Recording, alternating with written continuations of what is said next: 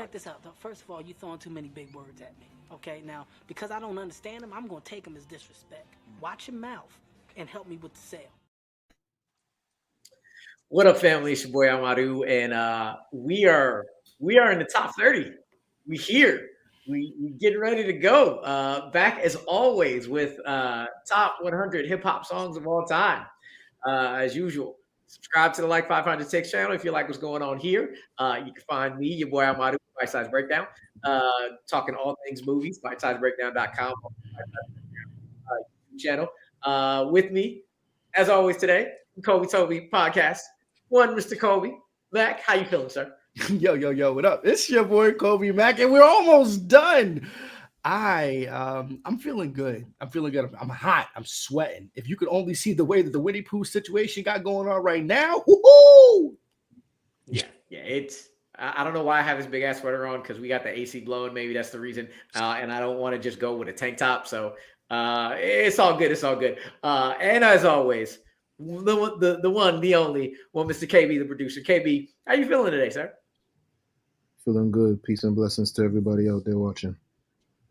All right. And this week, I ain't seen this man in a minute, but if all y'all know the Schmoedown, it is one Mr. Jader Paramo. I had him on here because over IG chat once every 2 months, we just go at it for about like 3-4 hours just about like hip hop. Just keep going and going and going and going. How you feeling, fam? I'm so glad to see you. How you doing today? I'm feeling great, man. I'm also hot. I'm in Florida, so right now I'm it's hot outside, bro. You can fry an egg on the asphalt.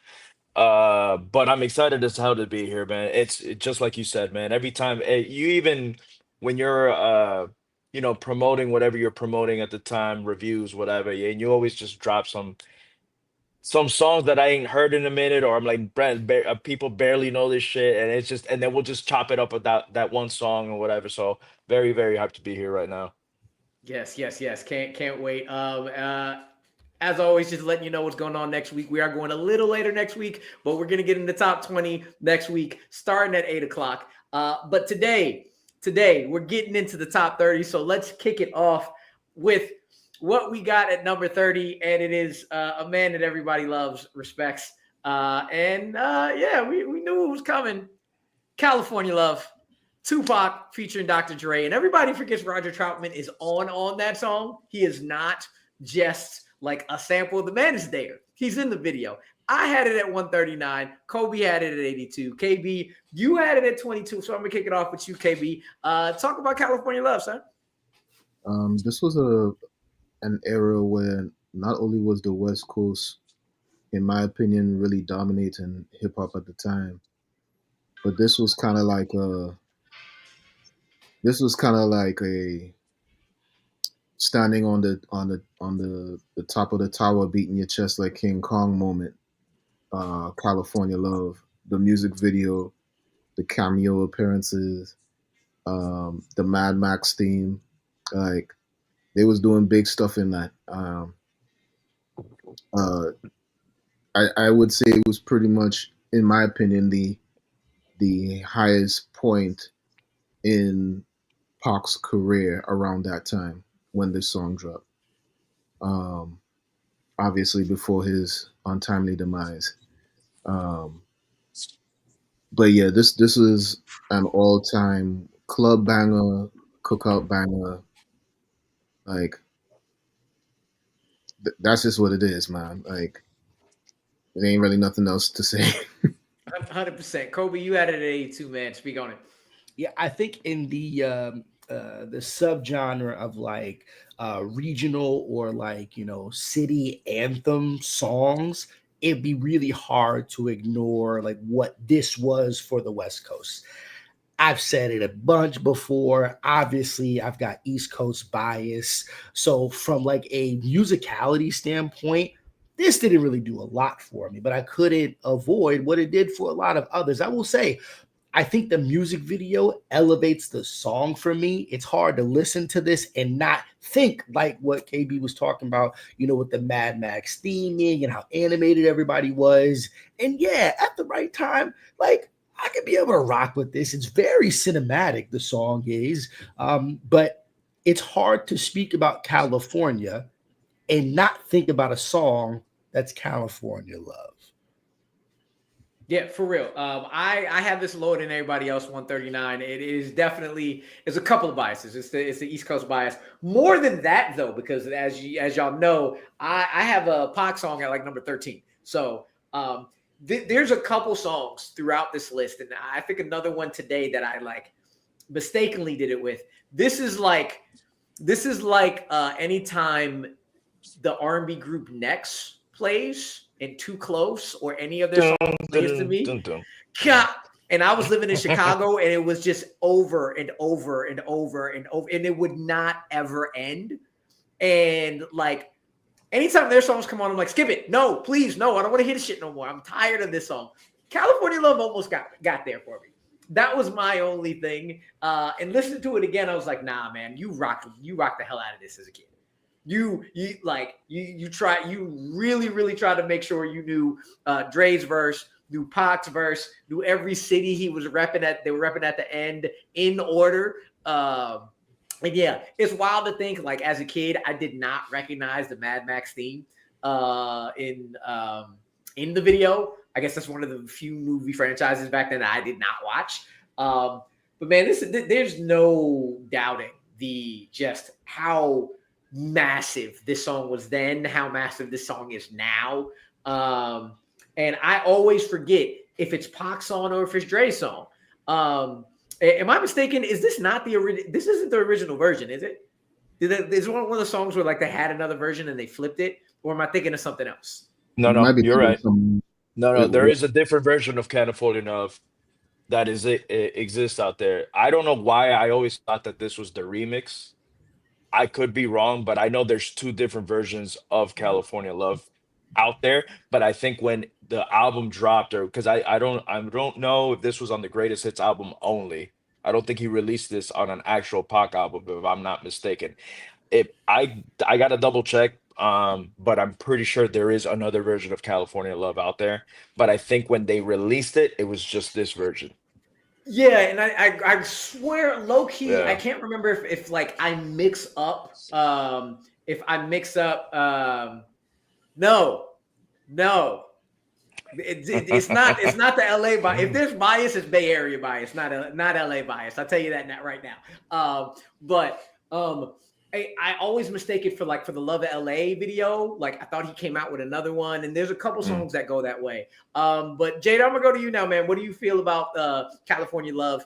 You're now figuring out where the songs are placed and how you feel about where it's at. Just your love for the song or not love for the song. I don't know. In general. No, yeah, it's crazy. You're gonna see a lot of the same beats with specifically the songs that we picked on this list that you gave me. There's gonna be a lot of the same beats that you'll see from me, and I'll explain what I mean by that a little bit later.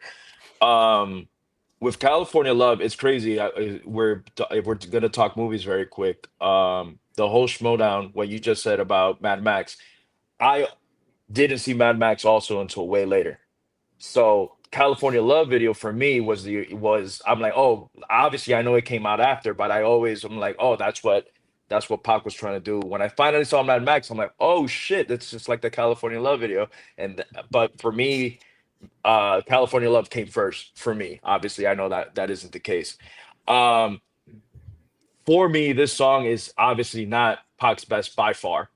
I wouldn't have it. I also have a little bit East Coast bias. I tend to listen to more East Coast hip hop than I do West Coast. Um, but this song is a banger. There's no denying that.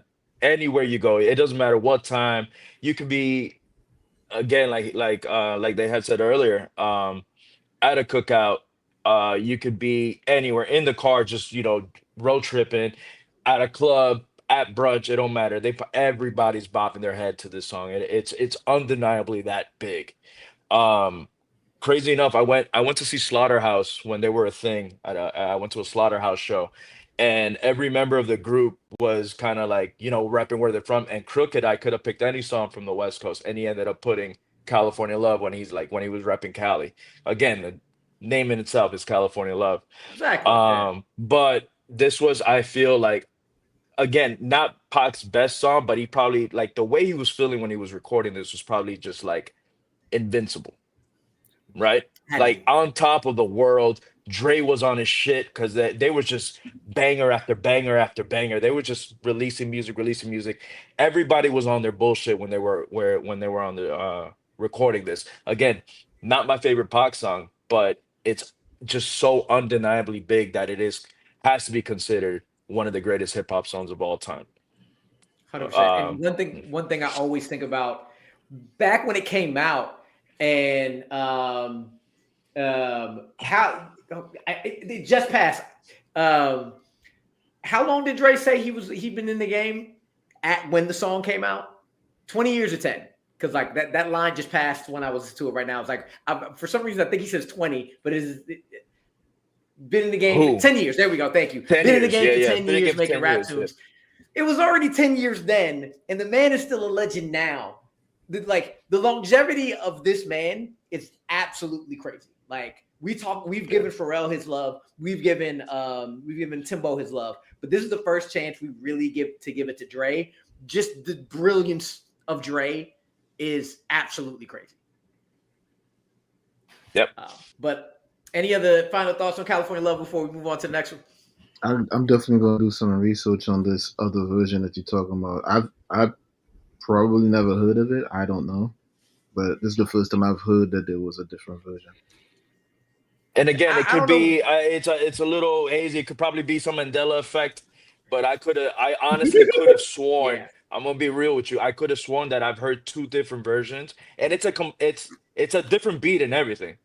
Yeah, really? It's a whole different beat. But again, Kazam Shazam, I don't know. I could have sworn this is a real thing. Yeah, the internet is saying that there's two different versions. I just need to hear the original one because I'm not sure I've heard that one before. Yeah, it's a lot. It's a lot more low key. A lot it's very more subtle. down. A little. Yeah. It sounds like a real West Coast, like very like a lowrider type beat. It's not amped by any means. It's very chill. Yeah. All right, so we're gonna move on to number 29, going all the way to the other side of the coast. One of my favorite rappers of all time, be Nas with One Mic. I got this at number 19. Kolby had it at 195. KB at 28. And this album in general, and I'm gonna bring this up again, is a where were you when you heard this album? Point blank, period. And I think that this is outside of Illmatic. This might be Nas's best song. I think his best song is on this album, but it's a song a lot of people don't listen to called Rewind. I think it's just it is the most. I have it at like 20 something on my personal list. But One Mic, a key memory I have is when BET was still doing the top 100 videos of the year on New Year's Eve, counting down to the ball drop. And my brother was obsessed with this song. And they were getting to 10, 9, 8, 7. And in that time, like, we were like, One Mic's not coming. It's not coming because people like Nas, but they don't rock with him like that. And then it came up in number 3 and it's like, how the fuck did I ever doubt? This beat, the beat, the lyrics, the buildup of this song, the structure of this song is just so damn good.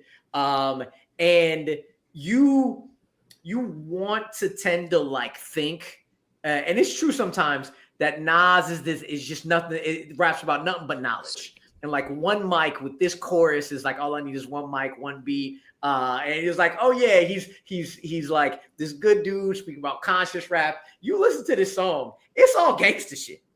It is nothing but gangster shit. And what I specifically remember is the 4 bars. Jesus died at age 33. There's 33 shots from twin Glocks. There's 16 apiece. There's 32, which means one of my guns was holding 17. 27 hit your crew, 6 went into you. I was like, my God. Miracle. Dude. That was that miracle. That was just like Jesus. That was that miracle. It was, bro. Yeah. And like bullet holes through the innocent, like that first verse,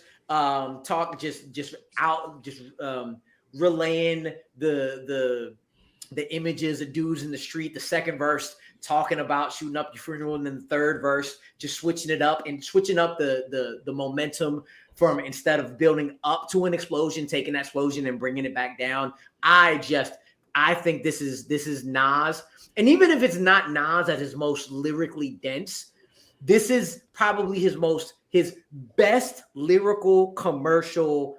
Everybody knows this song. Everybody rocks with this song single that he's ever come out with, to me. And I think it's one of his best. KB, I'm gonna go to you next. You got it at 28. This was Nas's "Lose Yourself." All right. I like that. I like that take a lot, actually. Like, I mean, he was really, really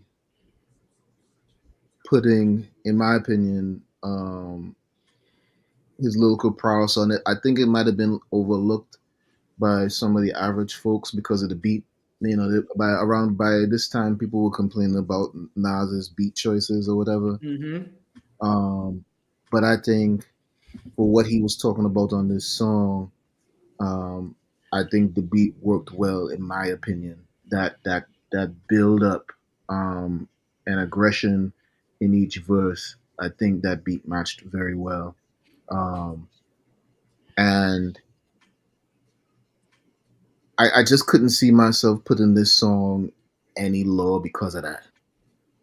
Just because of that alone. His lyrical prowess, as well as that beat and what he's trying to proclaim, and kind of letting people know, because I think around this time too, there was a few people, which I kind of noticed.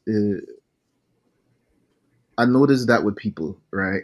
Like, there was a time when we, as a community, held Biggie as like one of the best, top 5 dead or alive. Nowadays, I'll be hearing people talking like Big wasn't that dude, which is crazy to me. Crazy. Right? It is crazy. So I feel like this song was kind of Nas reminding people around that time who was talking crazy about him around that time that he's not the one to play with at all when it comes to this rap thing.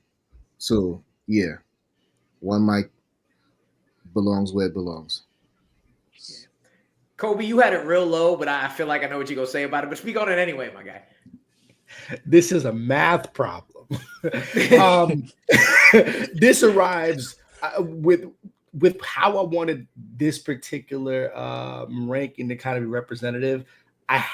This all would have been Nas, Jay, Ye, Drake, and this is right outside my top 5 of personal Nas records. And I knew that y'all would come through to be able to elevate it up. I didn't think it was going to be that high. But don't get me wrong, like now that you kind of say it, I see you Lose Yourself with Eminem, KB, and I raise you. This was Nas's Marvin Gaye, What's Going On, right? Mm-hmm. The framing of this beat, not that it's antithetical to like how Nas has done other thing in records past, but like he's constantly not rediscovering a new sound, but a sound for him. And at the early aughts, like this was something that was sitting inside of a pocket. And like you said, Rue, this is probably one of the songs where it's the most commercially accessible to everybody. Not only was this on 106, this was all over TRL, right? And I don't know if that was like studio direction, but even if it was, because we've kind of known that Nas hasn't been the greatest in some of the selection of his beats in like the second part of his career and whatnot, this was just kind of hitting because, like Bruce said, it's still stinging and biting commentary, but the packaging feels so different. It's like the inverse of a power ballad, but for rap. Yeah. Go ahead, Jader. Speak on the mic, man. All right, bro. So quick little story time as well. This was, and I know this might sound a little blasphemous. This was kind of my introduction to Nas. I was late, so I had heard "Hate Me Now." I heard all the radio shit, right? But I never really dug into Nas's And the reason why I found it was because I went to go buy Blueprint, and the homie at Specs Music was like, "Nah, take Stillmatic." And I looked at him, and then he goes, "Jay-Z's done with." This is obviously right when the beef had already, it was already popped off and all that.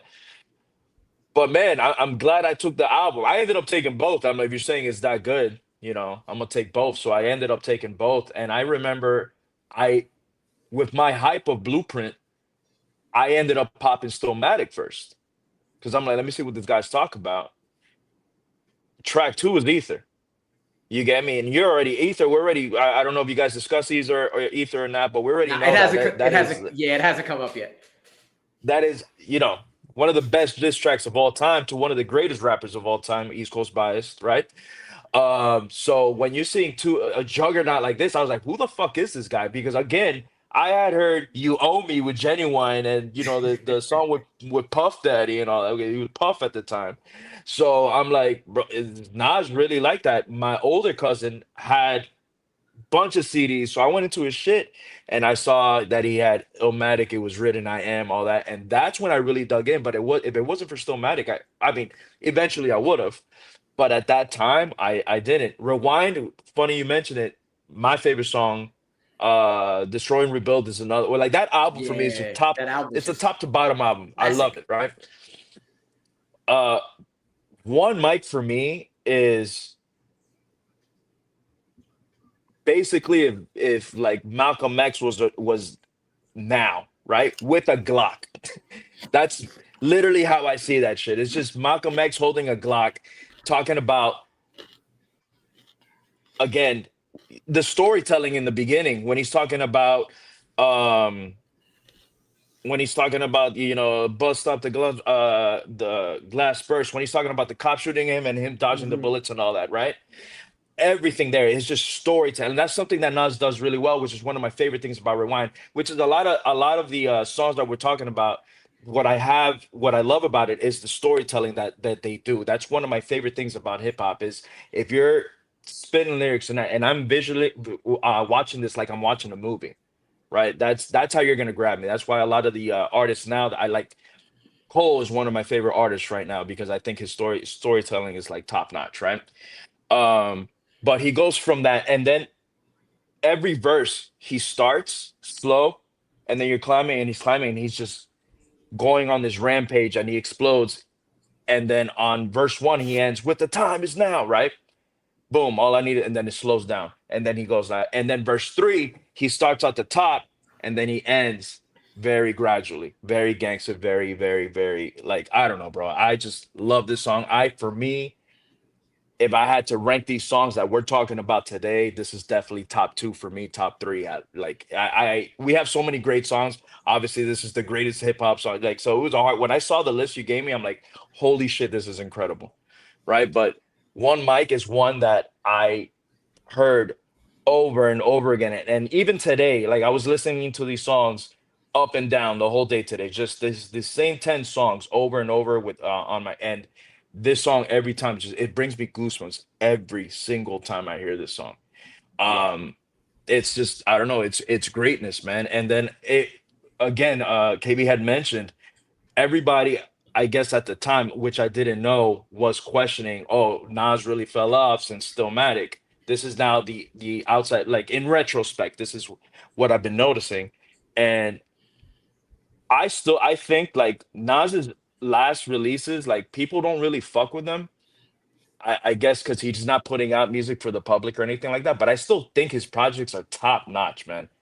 Yo, Like those six the albums King you stick disease, in it just all in of back to them. back, the Yeah. King diseases, all they're so nat. And I tell everyone, I'm like, bro, like they sleep on him so fucking much. But it's you know what? It's one of those things where I'll take pride where I'm like, nah, that's not for you. Leave that for us. Leave those for the heads. You get me? Like those are that music's for us. That's not for you. Um, No, that six albums in 6 years with Hit Boy, it was hit after hit it after was hit just after hit. yeah, man. For me, Yeah, yeah, absolutely, absolutely. But for me, just the way like he conducts himself in this song, and again, it's one of those like he kind of planted that flag in hip hop, saying my name fucking belongs in your top list, and that's what he for did. sure. 100%, You know, 100%. Any last thoughts on One Mic before we move on? I will say King Disease being his first Grammy win is wild. King Disease 3. Yeah. That was no Yeah. King Disease 1 being his first Grammy Yeah. win is like wow, but hey, Yeah. it is what it is. But any last thoughts before we move on to the next one? All right. Jader, you talked about storytelling. So I'm gonna let you kick this one off because if we're gonna talk about storytelling, ain't no way we not talking about Children's Story by Slick Rick. Yeah, man. So Jader, I'm gonna let you kick this one off, bro.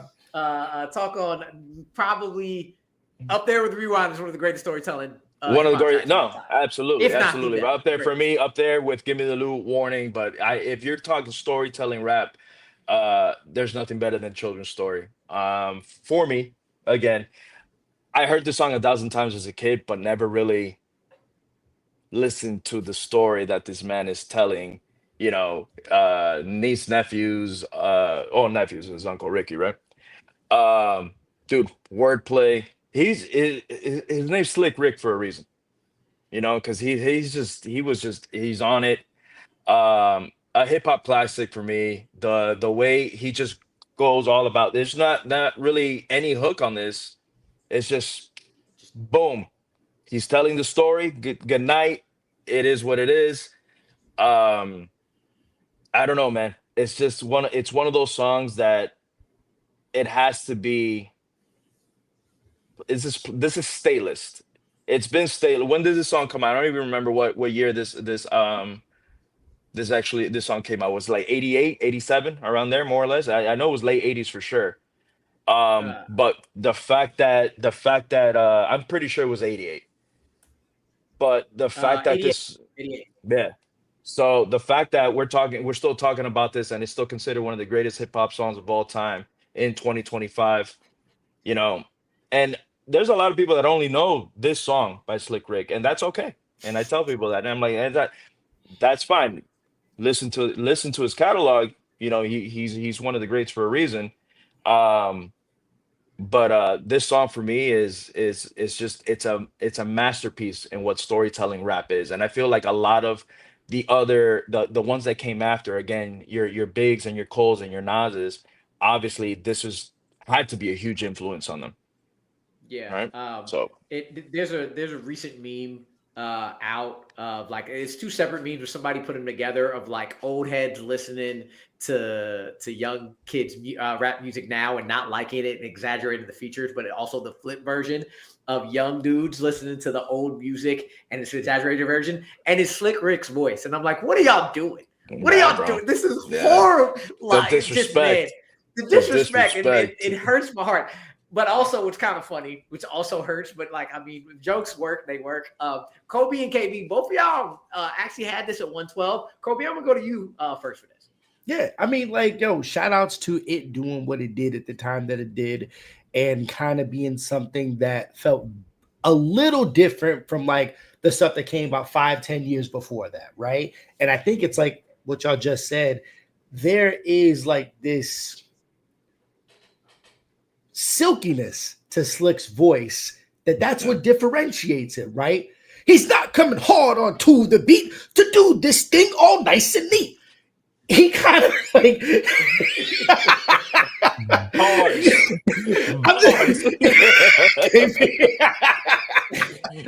It was just a little bit different and it felt so much cooler. So like it was new school at the time and it was very animated. I think the music video obviously is super fun, right? Like obviously it's not for kids, even though this song is called The Children's Story, right? It's got two baddies inside of like a bed in the beginning of it, right? I will say like it's yeah, I'm gonna for the old head stuff, for old school, this is up there, and I think properly at 28.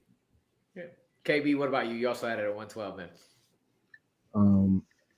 What I like about this, and Kobe kind of alluded to it a bit in the beginning,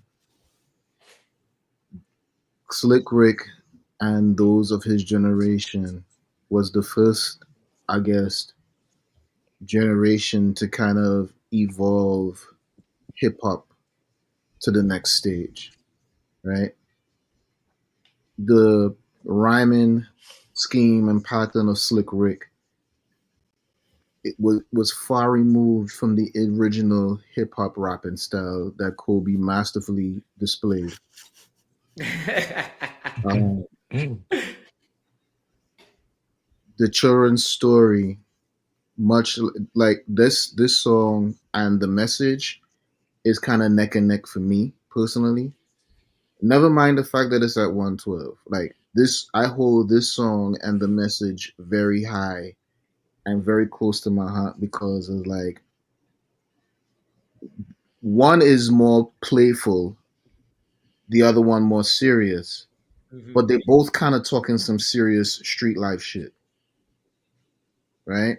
When you really sit down with children's story and you listen to what he talking about, you know, the peer pressure and bad influences and you know, running from the cops and all this other stuff. Like, yeah, he telling a story, but it's a story that a lot of people in the hood is familiar with at that time, right? A lot of people in the hood at that time, and probably to this day, know exactly who those two characters are in that story that he telling.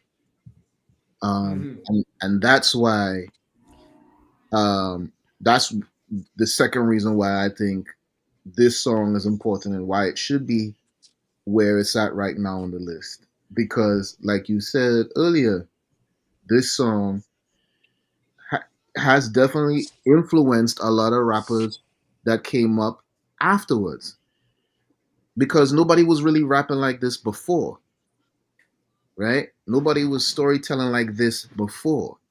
So this was a healthy thing to happen to the genre of hip hop. And it's what elevated it to where it is today. That's why this song still gets played. That's why Yep. we still hear this to this day. Yeah, That's you why we talk still hear about snippets of it in commercials and stuff like that. Because it's like this song has a strong influence on the culture. So for it to not be on the list, if this was not on the list at all, we would really be doing people a disservice, honestly. Oh yeah, we would have no credibility whatsoever. I have this at 16 because I think I really think it's underrated. I think it's top 20 all time, but people put it like a little lower, like because we spent this whole time talking about the storytelling and the lyricism and its flow. This beat is massive. Yeah. Like it is so damn like it is the perfect encapsulation of what the 80s was going into what the 90s is going to be, but not just 90s hip-hop. Y'all forget Montel Jordan's rap verse was this, and this is how we do it. Like he used this, and like your boy we talked about Nas's album with Ye in that little COVID series he did. Cop shot the kid, cop shot the kid, cop shot the kid. It's a sample of this because it translates so sonically well. And then Kolby, I laughed when you said it's not for the children because it was the children. Because as a teacher, my very first year of teaching, I had to put my own curriculum together for English, and I put my 8th graders onto this song, and I had them learn this song to do a test about cause and effect. And I remember sitting in the dark room. I said, y'all got 30 minutes on cause and effect. I'm putting this song on repeat. You got the lyrics in front of you. Give me like 3 different things of cause and effect in this story. Go. And like 2 or 3 years later, one of my students who I kept in touch with was like, yo, you remember when you played that song for us for a test? Like, I rock with that song till this day. Like, I didn't know that song before. I know it now. This song is timeless. This song is educational. This song is like, it is like, I've never thought about that, KB. It is the more palatable version of the message.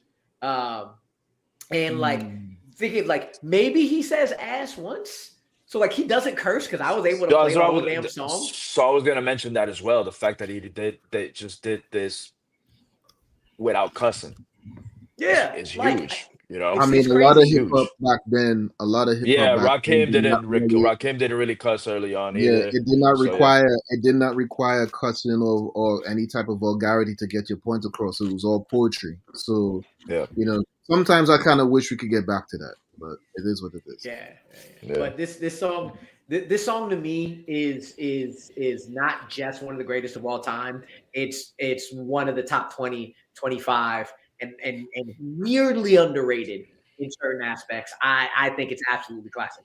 Um, uh, and up there with your warnings, with all the other ones that are there. And I was so happy to hear Slick Rick jump on to the art of storytelling when Outkast put that out. With also have to talk about the furs, the eye patch, the gold chains. Like good Yeah, eye, bro. he's had to have like fashioned his fashion off of Slick Rick. So many people. So many people. And then also 21 Savage was not the first one to get deported to England for things he's doing. Slick Rick did it first. He did it first. All right. Anyway, we're gonna move on to the next one. And Jader, here's your job. It's starting up now. We got a tie coming in for number 27 and number 26. So what I'm gonna do is I'm gonna reveal the first one, let you talk about it first, and then we're gonna go through that. We're going to go through the second one so you can kind of think about it in your head. And then you're going to end off the tie with like speaking on the second song. And then like also your choice at the end of that. So starting you off at number 27. No pressure. Yeah. We've had plenty of people doing it. It's been like the perfect way to not like just have us. So it works. Heard. Back to the West Coast and back to some Dre stuff with Straight Outta Compton by NWA. Okay. I have it at 27. Kolby had it at 163. KB had it at 44. Jader, we're going to go to you so then you can have some time to think about it when we go through both of them. All right. Speaking about old school hip hop songs that do curse a whole lot. I feel like this is where everything started blowing up with the gangster rap, right? Yes. This is one song, man, that I feel, I don't know, man, even if, especially when the movie came out, I want to say that it gave it even more. The movie, gave NWA even more flowers, because people started like seeing exactly what was going on. Well, I mean, in the point of POV of Ice Cube and Dre, right? But I remember specifically that when the whole thing was going on, because I was always a cable kid, like spoiled as hell as a kid. We always had cable. We always had MTV growing up. MTV was constantly playing, and I legitimately was scared of Eazy-E. Like I thought Eazy-E was one day just gonna rob us one day, because I honestly, this is a 5-6 year old kid that I'm like, and then, and obviously with the ever saying that these the lyrics, the whole thing with them getting in trouble with the government. My mom's, you're not allowed to listen to these guys, all this shit. Obviously, as a kid, I'm like, yeah, I'm listening. I'm trying to obey my mom. And I legitimately thought that every time, and it's just so fucked up to say out loud, and I'm sorry for cussing, but every time that I'd see anybody with shades in a jerry curl, I automatically thought I was gonna get robbed. And this is Shades in a Miami, Jerry where curl. yeah, that's what I'm saying, man. So it sucks to say that shit, right? But then growing up, again, this was during, like, I started really like digging deep into hip hop in middle school. And this is I want to say like seventh, eighth grade. I was really into like Big and Pac, whatever was playing on the radio. Bone was probably Bone Thugs East 99. That's probably the first album I bought with my own money. Same. Exactly the same. First album I bought with my own money. Yeah, so that was the first album I got, right? And so I started obviously just digging more into it. And my cousin that I lived with always had this shit. He always had a bunch of albums. I had to thank him a lot for a lot of the albums that I had just free access to, because he would just buy everything. And then he had NWA, and I remember he gave it to me.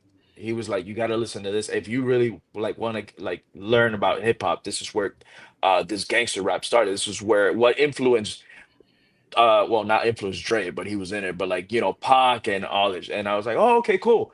I started, and I'm like, "Isn't this the one that they got in trouble?" He's like, "Yeah, man, that's all a facade, dude. Don't worry about that. Like, it's just music. Listen to it, like, and all that."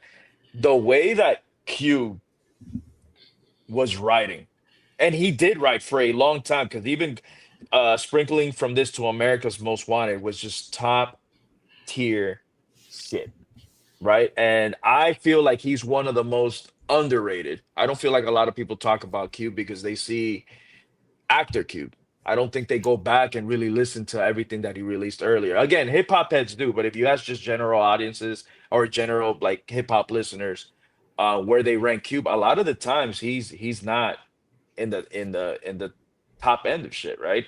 And I feel like he definitely deserves to be there. But again, he's one of the few West Coast artists that I'm like, he deserves to be up there. I have most of my shit is all East Coast artists, right? But I feel like Cube is definitely one of those that came with the force, stayed with it for a long time, even when he left NWA. What happened to NWA? They just weren't the same after Straight Outta Compton.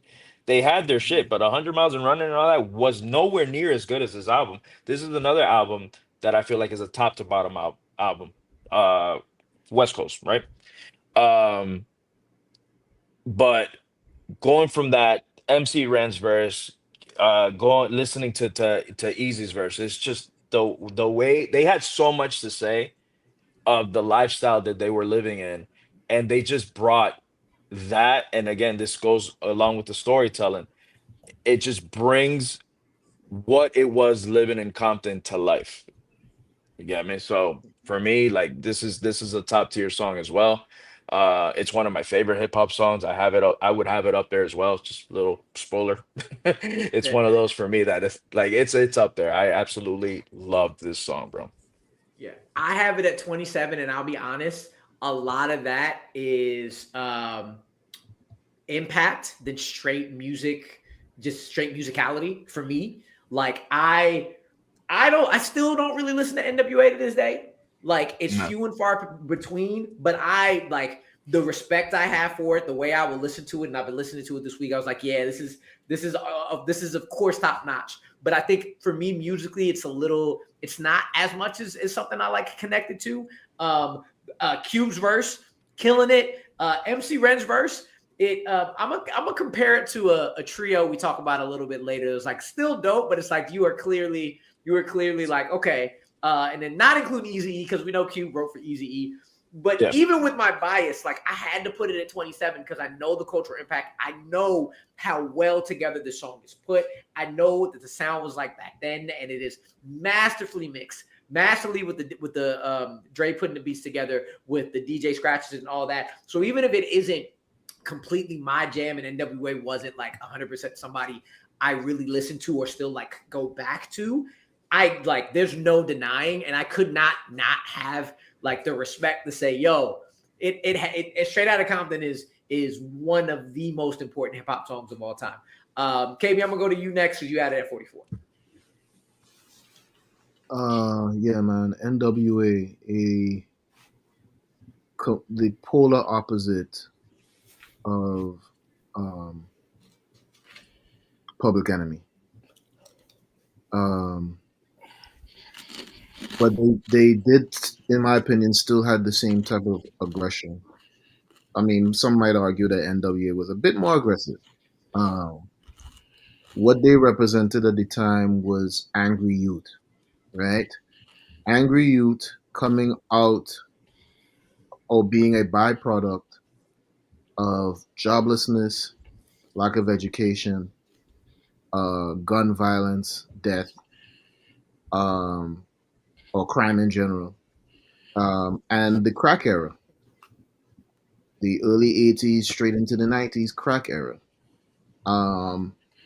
They were talking about the ugly truth, and they were saying it and delivering it in an ugly manner, right? To some dope beats. So it could not be denied. Listening back to some of those songs, I still kind of feel the same way I did back then. Like I appreciated the kick in the door. This is our story. This is what we're going through. Fuck the police. Fuck the government. Fuck everybody that hate us, right?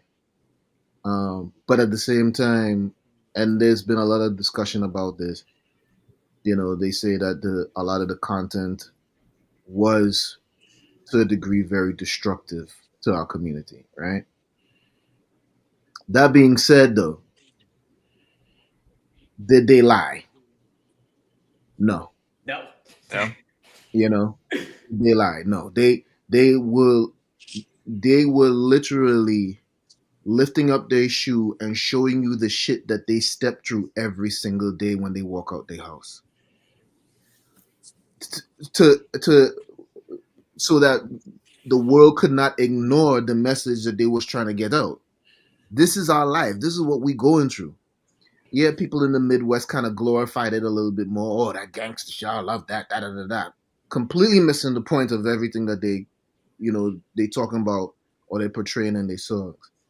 And feel how you want to feel about like how they talk about women and so on and so forth. Again, they are speaking to the product, the byproduct, the result of, right? The effect of, talking about cause and effect, of the all of the shit that they was dealing with in the hood.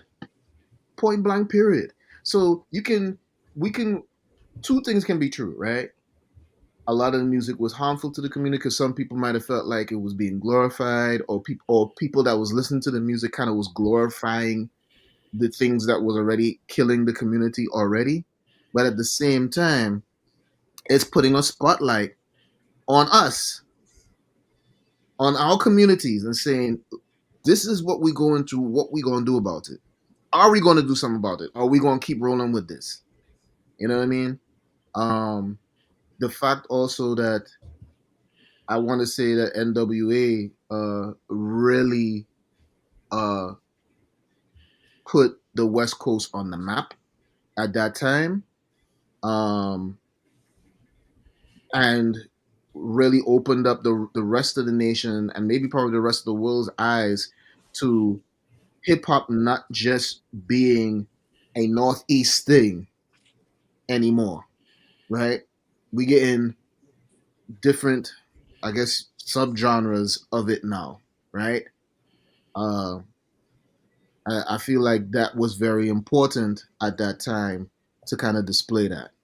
So yeah, I don't know what the next song is, but you got a tough decision, man. I don't envy you, man. Yeah, Kolby, you Right. had it at 163, man. Before figuring out what that is, let's speak on before we go to that. Yeah, I mean, the bias is real. I do not rock with this song in a lot of ways. The moment that I hear it, like I tune out. One, I feel like as a kid listening to this, I couldn't jive with that experience at all. As someone who was born in South Florida, raised in New York, this was nothing to what the culture of not just rap was, but also like being black in America was. I felt alien. I was like, the fuck? I thought what I saw was a lot of cops. That's a war zone over there. Nah, bro. Like Yeah. that video, like it was a little traumatizing to me. And like also, That's what they I were just mean. here this whole time. Shut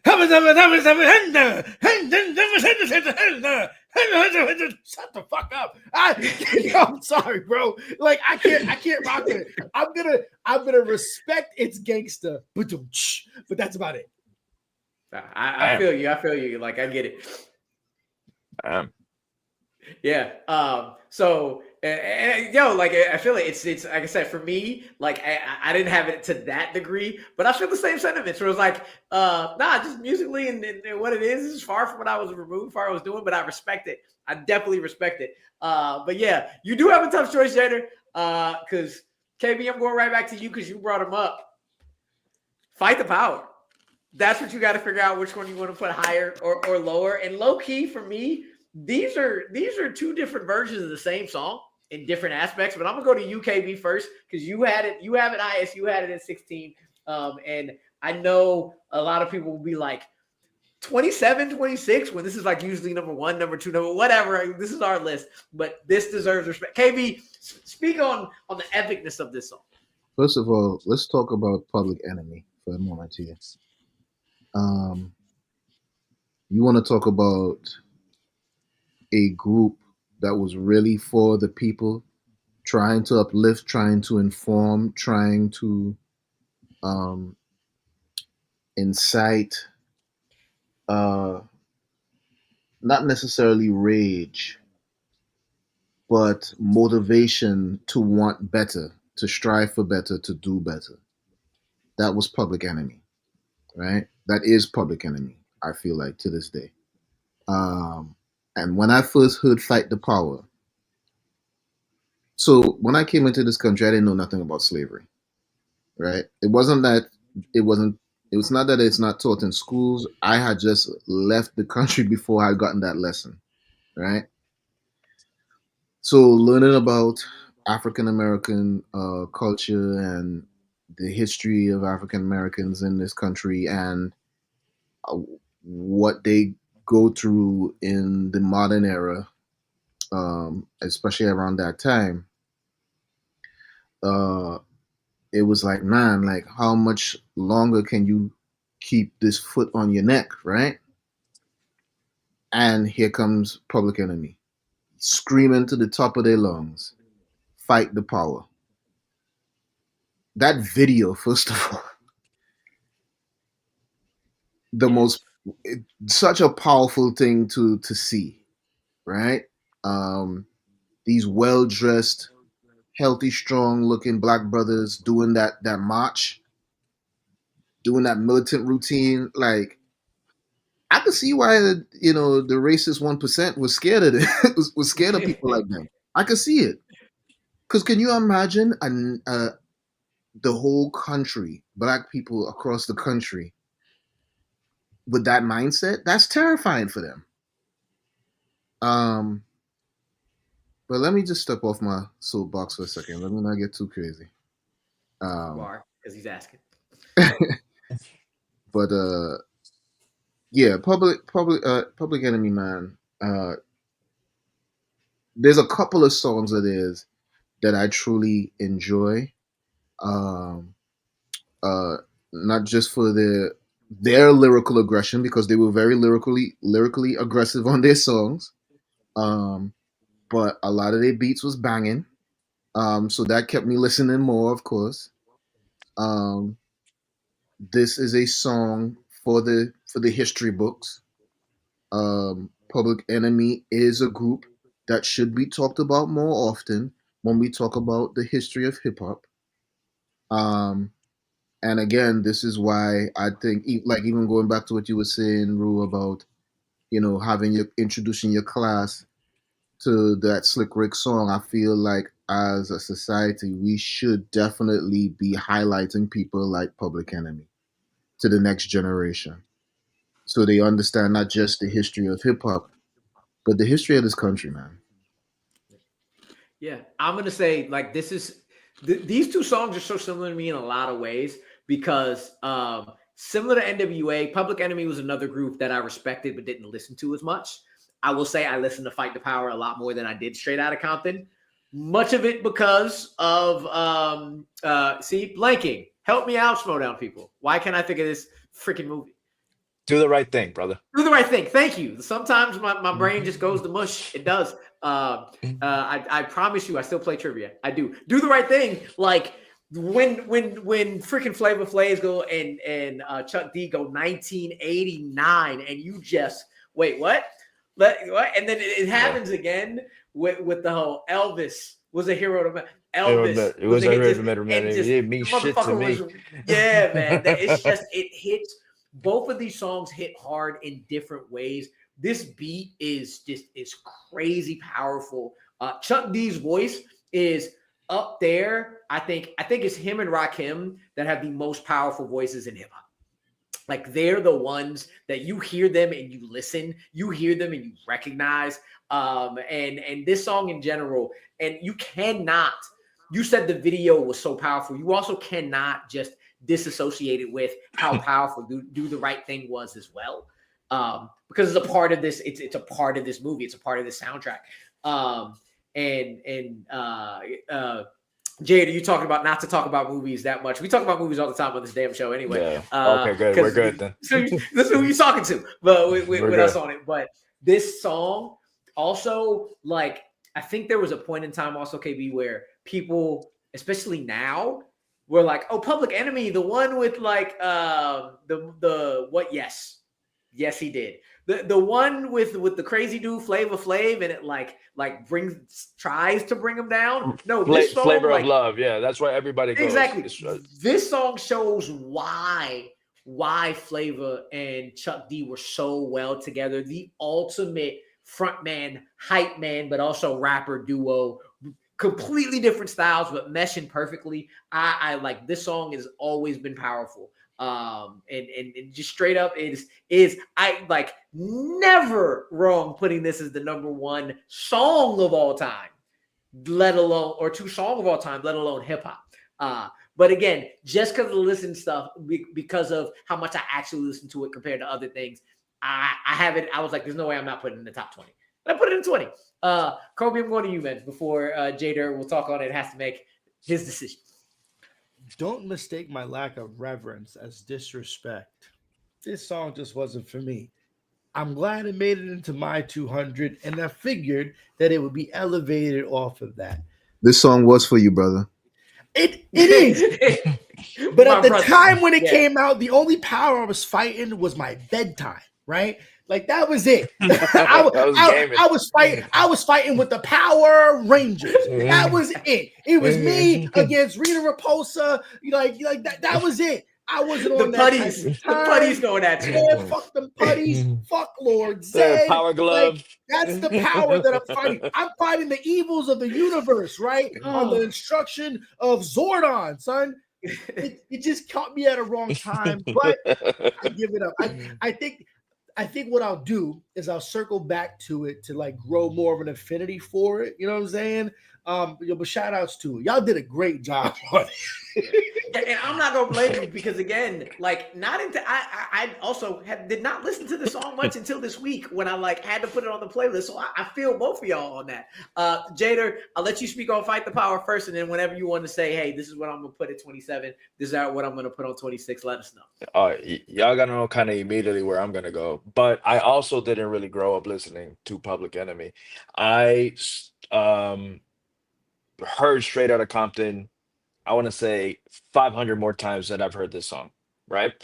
But I started really like I have this on one of my hip hop playlists. I have it on probably like 4 because I have different ones, but I do have it this specific song multiple times. But just like Kolby said, I might circle back because I kind of like the knowledge that y'all just dropped on Public Enemy, especially KB, where I'm like, maybe I do got to go back and listen to them because there's a lot of artists from the 80s that I kind of like. Besides like the big ones, there's some that I've missed. You get me? But this song at the time, even now when I was hearing it, I'm like, Brent, when I was hearing it today, I think I've heard it today like I don't know, like 20 times, probably more. It was just on loop throughout my ear the whole day today. But as I was hearing it more and more and more, I was like, man, I really fuck with this song. This song, they're saying something. And then until you said it, Rue, you were like, oh, this is like the same song, but just said like expressed a little differently from Straight Outta Compton to Fight the Power. I'm like, holy shit, yeah, it's exactly what this is. It's like the East Coast, West Coast version of the same fucking song. But yeah, I honestly didn't grow up listening to Public Enemy. I know exactly who Chuck D is. I know who Flavor Flav was, but it's because I know they were in Public Enemy. Besides listening to Fight the Power, 911's a Joke, Burn Hollywood Burn. Like there's some songs on there, and I think they're all from the same album. Those are the songs that I kind of like listen to, but I can't say that I've been a Public Enemy fan. I'd be completely fucking lying to you if that was the case. But might have to circle back. When you send me the list, I almost wrote to you. I'm like, there's one song in here that I just don't really listen to, but I'm like, you know what? It is what it is. I'm just gonna keep playing it, and then it ended up working because I was like, this how sounds the really. ranking's gonna go now. Yeah, I feel like I got it, but like I'm gonna let you. I'm My gonna let bad, you bro. reveal it. I'm gonna let you reveal it anyway.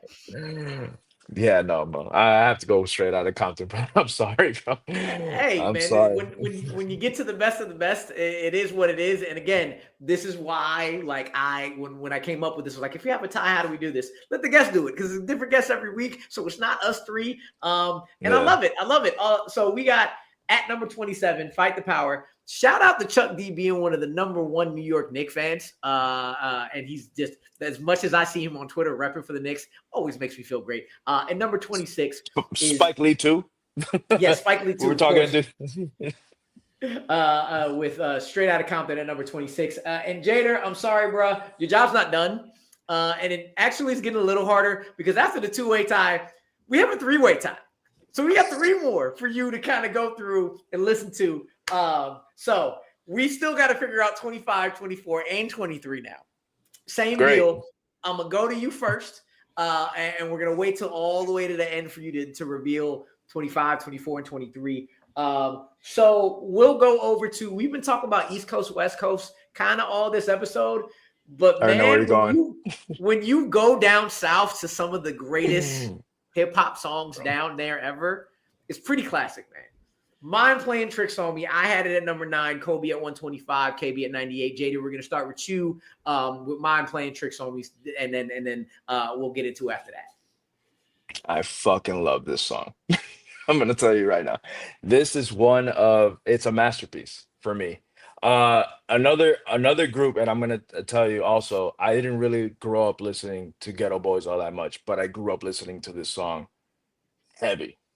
Heavy. So when you gave me that list of what we were talking about, Fight the Power was the only one that I was like, damn, I can't really say too much on this song.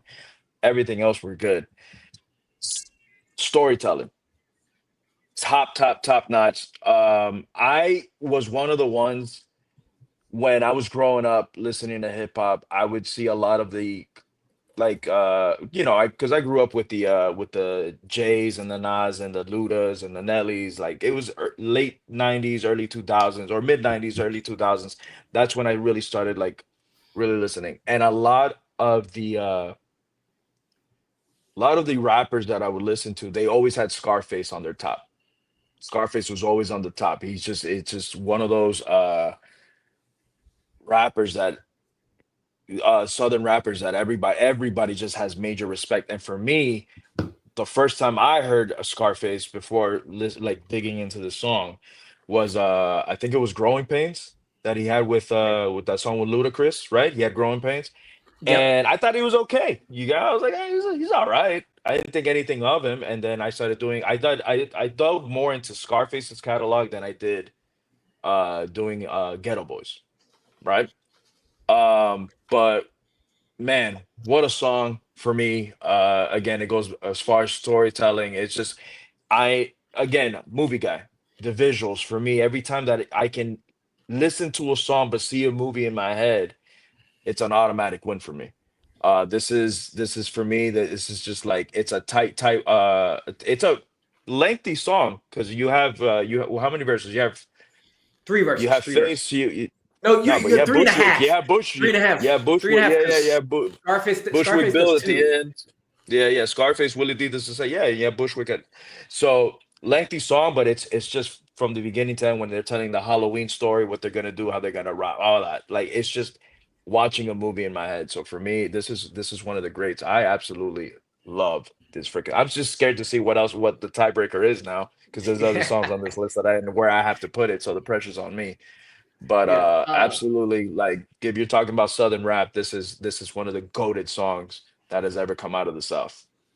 Yeah, this might be one of the first instances of a song or songs outside of the 2 main coasts that got me into that, because when I listened to the song, it reminds me of my dad, because my dad had this on repeat.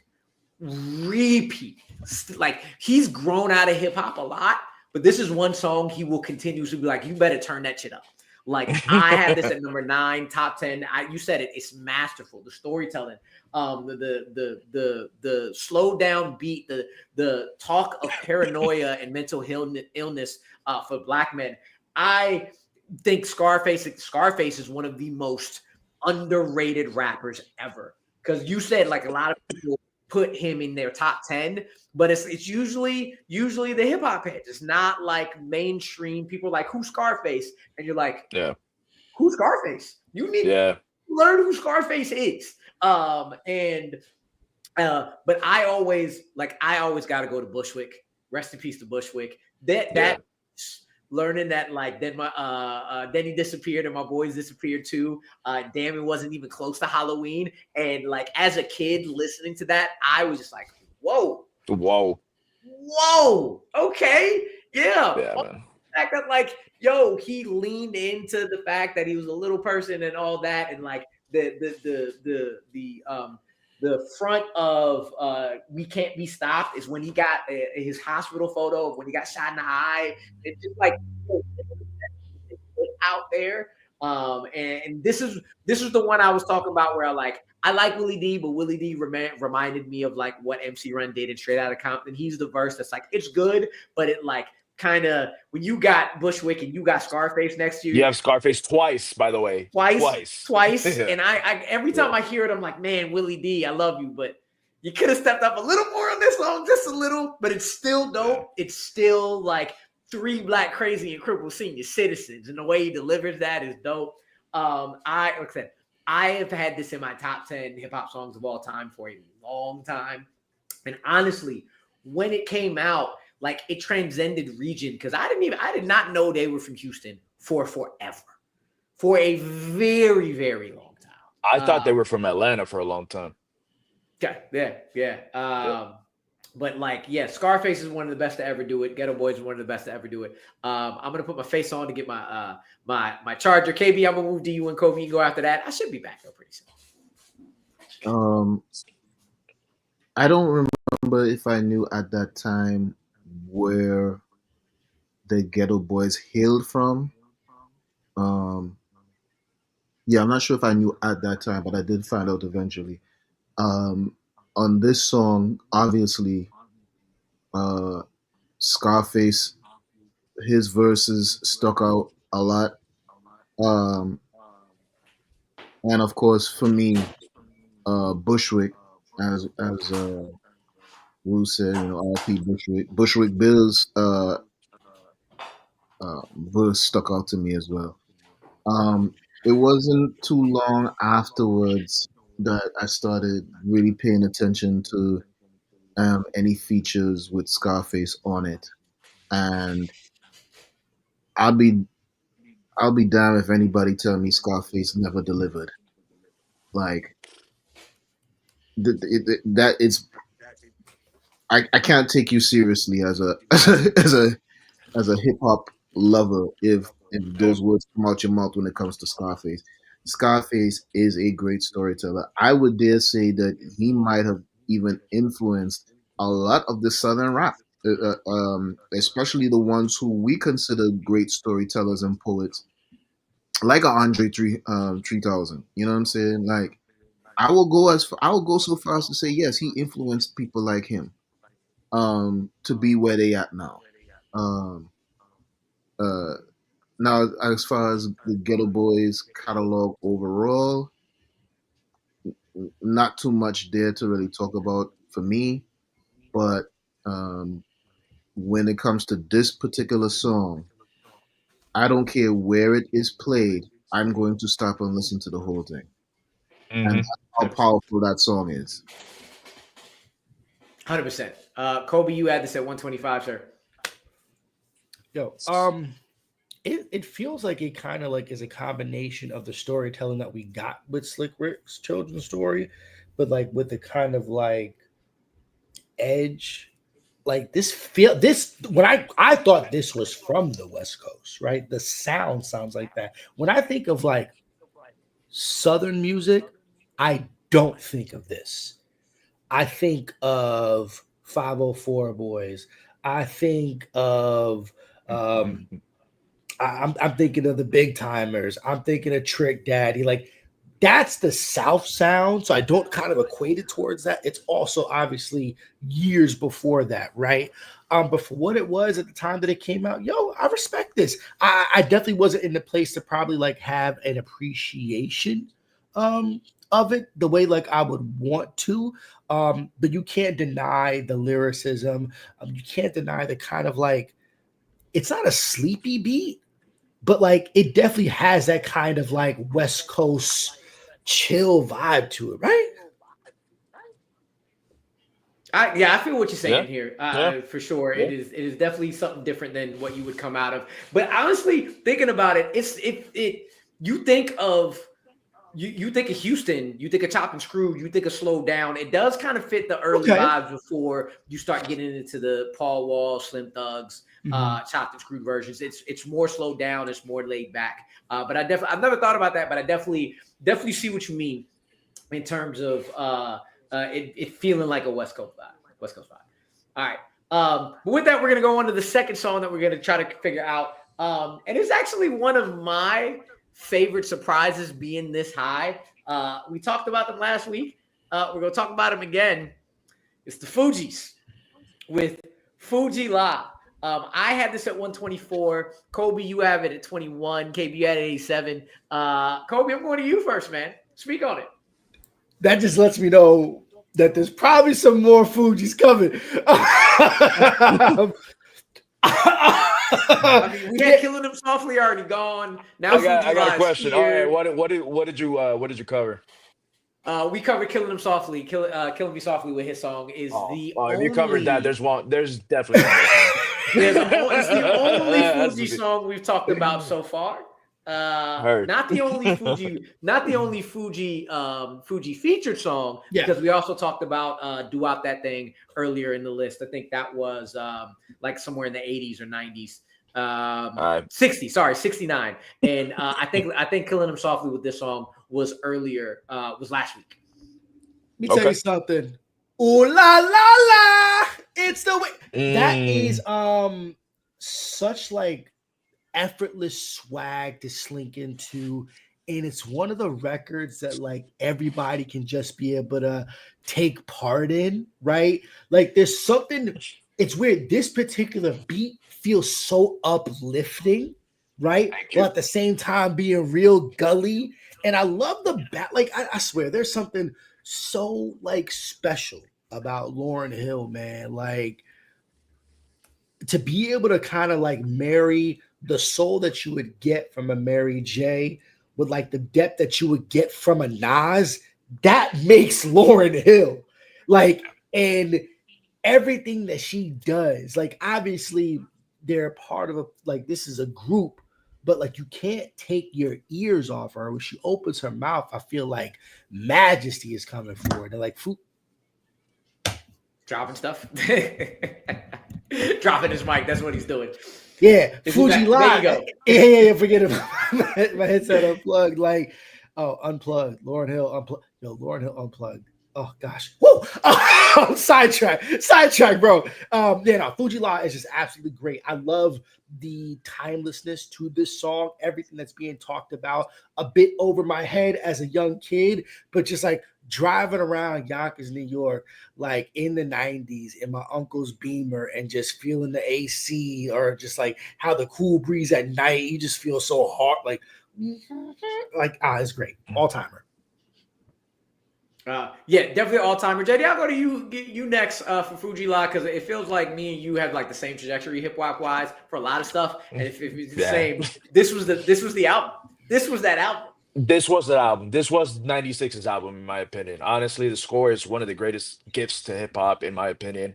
I feel like people I don't know if as of late, with the hits, but I don't feel like people talk about the score enough, right? Another top to bottom album, which this song, my girl knows this song word for word. Word for word. She knows Lauren's verse. Actually, when Russo sent me the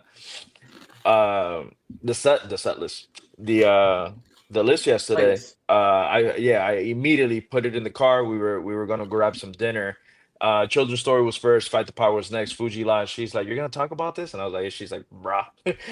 She's like, one of the greatest songs ever, man. And for me, it's that beat is so timeless, and it doesn't matter where. I remember little Data, it's funny because one of my boys, he passed away, but we were celebrating, I think it was like his 12th, 13th birthday or whatever. And his parents rented him a limo to take us around Miami, right? We were born and raised in Miami. We were just, mind you, we were going to the arcade, right? We were little kids. But the album that he brought with him to listen in the limo was the score. And that memory will forever stay in my head, that's what we were bumping in the limousine going to an arcade, right? But the beat is just, I know we're gonna talk about a little bit more boom bap beat in a little bit, but that boom bap for me is just like for me as a hip hop head, what I love in a hip hop beat is exactly that. And it doesn't matter what time of day it is, where you're at. You play this song, you automatically get that head nod. Everybody is jamming the fuck out with this song. And I know there's other verses in this, and I know I know there's other, but it's for me, it's this is Lauryn Hill's song, and she annihilates the fuck out of this song. 100%. The end. Like I did not realize that their three biggest singles off of the score was samples. I didn't realize until not Yeah. too long ago that this is Tina Marie, and you make people not think of Tina Marie when you sing a song Mm, or sing a hook. It does a lot. It does a yeah. lot. I've been mentioning it all summer. One thing I've been mentioning all summer is thinking about like kick-ins to songs. We used to be number 10. Now we Okay. permanent it with Mm, like that just gets you hyped. You move into Lauren, and this we've said what we need to say about Lauren. Everybody knows that. I don't know what was on my young mind. And maybe like it's I don't know. I'll speak on I love Wyclef's voice, but Pras was always my dude growing up. And like we know he lyrically isn't up there with any of the other two, but his voice, yeah. I sit 90 degrees underneath prompted the cool and chill. I loved him as a child. Absolutely loved when Pras would come in. And usually, the third verse is left for the person that's just kicking it. And like they always left it for him to finish. And I just loved it. And I still love it. I don't know how he's doing in jail right now. That man's got a lot to deal with. Yeah. But like I love like for the Fugees are even better for me because I think Wyclef has always been great. He is a brilliant producer. Lauren is top MC ever. And then the fact that like the one part that people are like, it's Pras. I love Pras. So it's just even better for me. And I think this was my introduction to the Fugees. Minus Mona Lisa that I heard like every once in a while, but didn't like figure it was Fuji La that got me in, and then I went back to Mona Lisa. KB, you had this at number 87, sir. And again, I was so very happy how high this one was. So like getting it up there into the 20s when I thought Fuji La was landing in like 50, 60. So this is pretty dope. Yeah, I'm not mad at it being up where it is overall in the 20s. Like I said before in previous episodes, it was very difficult putting this list together without putting my whole Northeast bias into play. Because again, I wanted to be fair in as far as like not just music that influenced me, but music that influenced the culture, so on and so forth. So, I mean, although I have it at 87, I think now thinking about it, I would try and bump it up to if I couldn't get it in the 20s, I would definitely expect to see it in the 30s for sure. Um, this album when it dropped, uh, like you said, Jada, from front to back, fire, Fire. Fire. fire. I Okay, still have it on heavy rotation. I still listen to this album pretty heavy. because the production and the lyrics and everything was just so masterfully done. I Um, don't think production wise Wyclef gets like the structure he puts to these songs, the Yeah. production he puts to these songs. And one thing, especially from last week and this week, the bridges he puts together. What's going on? What's I'm gonna going cut on? this Yeah, on we I was soon gonna tell done. you, Pras finishes and he still jumps in that song. Yeah, I that think bridge is crazy. Yeah, I man. think The real production is both. I think real music lovers, especially of this genre, understand that each member of that group played a pivotal role in every song that they put on that album. Everybody put in the necessary ingredients. Everybody played their role. Everybody stayed in their lane and stayed in their pocket, and it worked. Right? Lauren obviously being the more lyrical of the three, but also the singer, right?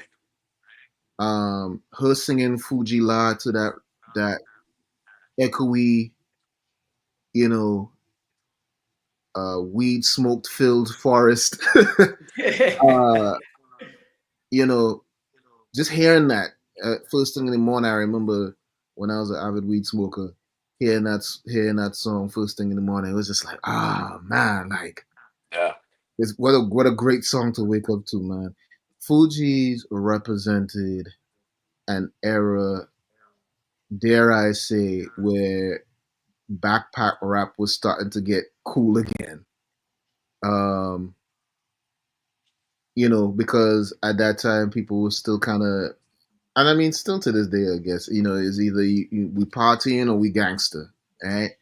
But there's always something to be said where you get like a healthy medium, and then you get a project like they gave us, where it would like literally just you can just sit back, relax, and listen to the whole thing and not be bored at all. No skips, nothing. Like that's so rare in music.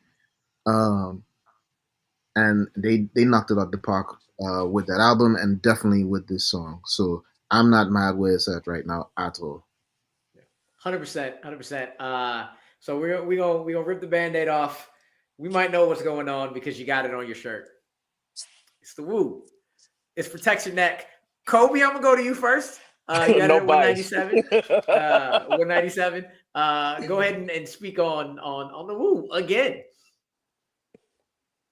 Are you muted or is it the mic? There it is. Yeah. So I it was math. I'm blaming it on math once again because it could be a lot. I think for where this song was and what it meant to me, there was just other stuff that kind of stuck out more, like what I did, like in regards to like my group rankings of like rap groups. And math wore out. Song is fire. Like I can't have like no single complaint on it. Like I don't think it's one of those, like it's not Cream, right? It's so like it didn't have to be, right? But like it's good. Yeah. So like we talked about Triumph already, right? Okay. But I hear Protection Neck and I'm like, cool, man. You know what I gotta hear, man. Again, yeah, that Wu-Tang, man, again and again. That intro to the kung fu. I honestly, I might get excited for Triumph, but I think this is my favorite RZA. And the thing about Protect Your Neck, and the thing about Wu-Tang in general, that we'll see if we see another one. Probably should. The thing about Wu-Tang is this is one of the groups that I only knew their massive stuff when I was younger. And is when I started to get into high school, I started to run it back. And I started to go back to their other stuff. And this is a song I would be playing loudly in my boombox in my neighborhood while I'm shooting hoops, practicing on my own. So the whole neighborhood can hear the song. One, because what I love, and I've never found out, but I don't care because I love how they do it. I never knew whether or not RZA on purpose cuts out all of the curse words except the N-word in this, if that's the real version or if there's an unedited version. But I listen to that unedited version all the time because I love musically how that works. There's definitely an uncensored It's called the bloody version. Yeah. It's called the bloody version. Yeah. But cool. But what you saying there, Rue, it's very, very true. A lot of the Wu-Tang, especially off of that album, their edited songs, even with Old Dirty stuff, a lot of the edited stuff was just more fun for some reason. Like it worked more than hearing the edited than the unedited actual version. Yeah. He put those Batman onomatopoeia sounds into the edited versions and just like so like right now I'm listening to it and come on baby come on baby, and you just ready for ODB. I have Triumph higher. I think Triumph is just masterful, but the fun and the just hit it one after the other after the other is just so good. Like highlighting Jizza at the end, because who's your A&R, a mountain climber who plays an electric guitar, and like Method Man doing the same thing he does with the edited version. The smoke from the lyrical blunt make me and just don't cough and just don't say cough. Just do it. And just brilliance of a crew and RZA's production and their own personalities mashing so perfectly, even though they are not the same dude in any way, shape, or form. Like it's this song is musically, lyrically, personality-wise. I think of Wu-Tang. I usually think of this, and Wu-Tang Clan ain't nothing to fuck with, but this is usually the one that like they have quote unquote better songs, but this is it. This is the song Wu-Tang for me, even though it's not my highest rank. It's the one. What am I hearing? What are you playing? Oh, I want to hear that Wu-Tang again and again. KB, you had us at number 12. Go ahead, man. You better check your neck. As I cover your face. Yeah. You better check your neck. Who don't know the meaning of dope? When he's looking for a suit and tie, right? That's cleaning a bar of soap. But I'm the dirtiest thing in sight. Matter of fact, bring out the girls and let's have a mud fight? Come on, man. Come on. Come on, man. It's Wu-Tang, yeah. That's all I got to say. Hey, man. That's all you need to say. That song was so fucking aggressive. It was a perfect intro song for that group, right? A lot of people really didn't understand. Shit, I didn't even understand how so many people, so many personalities, so many egos can coexist on arguably probably one of the best hip hop albums of all time. Protect Your Neck was the perfect introduction to let everybody in the industry know that the Wu's coming. The Wu's coming. There is another borough that y'all don't be recognizing. Y'all been disrespecting for a long time, and we gonna let you know we not to be fucked with. And the Wu-Tang did it with Protect Your Neck for sure. Tell me if I'm wrong, Jader. But I'm just gonna do this now because like we kind of already know that at 23 is Protect Your Neck. 100%. So just to keep that there. But go ahead. I'm just gonna let you know. All right, I'm just gonna let you know that yes, 100%. Which I was afraid that this was gonna be other songs because the 3 songs that we talked about, I really do fucking love. Right? Protect Your Neck for me is the Wu-Tang song. I know there are, just like you said, Ru. I know there are better songs, but when I think about Wu-Tang, everybody tends to go to Cream because this is a more popular song. Even Triumph, and Triumph is my number 2. Cream is actually like 4 or 5. I have other songs that I have above that song. But for me, just the fun that they were having, the different egos, different personalities, the different rap styles, right? Everyone was just rapping different on this song. Crazy enough, for me, he went ahead and quoted Old Dirty, but for me, Inspect the X verse, top to bottom, same thing with Triumph. Like he starts this shit off, well, Dirty in Triumph, but the way that Inspector Deck on both songs just comes in and fucking like annihilates. But I love everybody's different just flow. It looks like they were just having a fucking good time. I feel like RZA gets a lot of shit because of the way he raps on a beat and all that.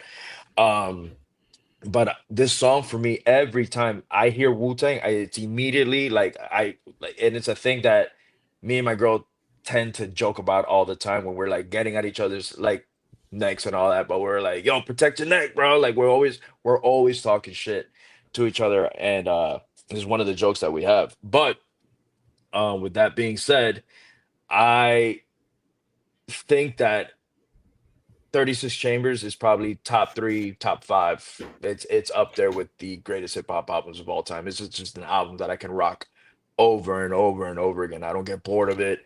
It's another top to bottom for me. I don't think there's a single bad. I know there's like expanded versions of it. I'm talking about the one that came out in 93. I think it had 12 songs. I think it ends with the 7th chamber. That for me is the epitome of like perfect. Mind you, there's a lot of perfect hip hop albums, but this is one that is definitely in the top 5 for me. It will never get knocked down. I absolutely adore. And I got, funny enough, both artists that we just talked about, I just saw Nas and Wu-Tang. I went to that Wu-Tang and Nas concert, and that shit was dope. And I saw Lauryn Hill with Nas at the Hillmatic tour, and that shit was off the chain too. That was one of the dopest, and she was on time, so it was amazing. She actually There we showed up on go. stage. That's a It was great. beautiful thing. Funny enough, man, Hannibal Buress opened the show. It was just doing like stand-up comedy. And he goes, I know what y'all thinking. This is Miami. And he's like, just letting you know, she's back there. We checked. She's coming out on time, bro. Everybody started bursting out because we were like, holy shit, bro. But yeah, man, like it's safe to say Protect Your Neck for me is what embodies what Wu-Tang is. I know they have better songs or more popular songs or whatever, but when you think like this was like the perfect song for them to release, to be like, this is the future of hip hop, or this is what hip hop is now. So yeah, man. Yeah. Most All right, definitely. so we know. I saw his shirt. I was like, all right, well, I know what's winning that one. Yeah. But we still have to figure out 25 and 24. We got Mind Playing Tricks on Me, and we got Fuji La. So which one are you gonna put Oh where? my God, bro. Both are It's great. just Both so are in the hard. top 25. Yeah. But gotta I'm make a about to flip decision. a coin. I'm about to flip a coin. All right. No. All right. So I'm just gonna go more relatable, so I'm gonna go Protect Your Neck, Fuji La, and Mind's Playing Tricks on Me. Because it's one of those. I think Ghetto Boys is Mind Playing Tricks on Me is one of the best hip hop songs ever made. But I tend to listen more to the Fugees than I did Ghetto. This is the one song that I really listen to Ghetto Boys versus listen to the whole album from the score. So pretty much. But again, I think all near perfect songs. Yeah, so absolutely brilliant. Absolutely brilliant. Yeah, we weren't going to flip a coin. Bar, I'm just going to say it for you now. I know you love the song. I'm just going to spoil it. I'm sorry. The Art of Chess Bouncing. It's amazing. It didn't make our list, man. I'm sorry. Okay, so remember I told, so for me it's Protect Your Neck, Triumph, the Mystery of Chess Boxing. Not Art of Chess Bouncing, Mystery of Chess Bouncing. Yeah, KB, Yeah. we didn't get it on there. It didn't make the list. Yeah. It was terrible. Crazy. Cancel the crazy. show. Crazy. But it's all good. Going from that, I'll let you know, Jader. No more ties. We got a 22 and a 21 straight up. Thank God. I will say the difference between. Oh no, this one I was gonna say we usually have a really, really close difference between like the rankings, like by 0.33 or 0.66. Weirdly, from 23 to 22, it was like 7 points away, but 22 and 21 again are 0.33 away. But we'll start with 22, which is for me, again, another song that I was surprised and happy how high we ended up putting it. And I mentioned the song earlier in the summer about like one of the quintessential pivotal like voices in a chorus. And y'all might laugh, but Gangsta's Paradise is fucking dope. It is fucking dope. Kolby, you have it at 27. I'm going to kick it off with you, sir. Go on ahead.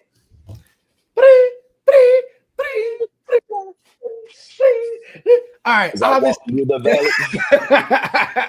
Yo, the movie influence obviously is great. It may be up there with one of the greatest soundtrack songs of all time, right? Like, I think that's what made, like, I remember before the movie coming out distinctly, this music video coming out, and like, I think this made the movie that much more iconic. Like, I think, yeah, the song is better than the movie. Let's say that right there, right? So understand. We're not going to do Dangerous Mind slander here. That just shows how good the song is. No, it absolutely does. But like, this song was so dope, and Coolio has like other stuff, but like this was it for him. This song had the kind of like the chorus, I think, like is here.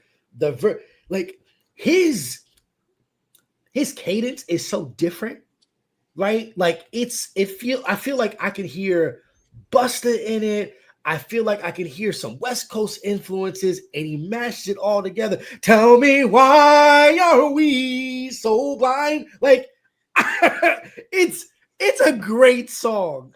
And I don't think it's never not a suitable time to be able to play it. I've heard Gangsta's Paradise at like a bunch of different types of clubs, and it's uniquely a great song to kind of like, be able to mash up with other stuff too. This is legit. KB, you had it at 39. Y'all carried this song up to 22 for sure. Yeah, this song is a cult classic, up there with the likes of like 5 on It.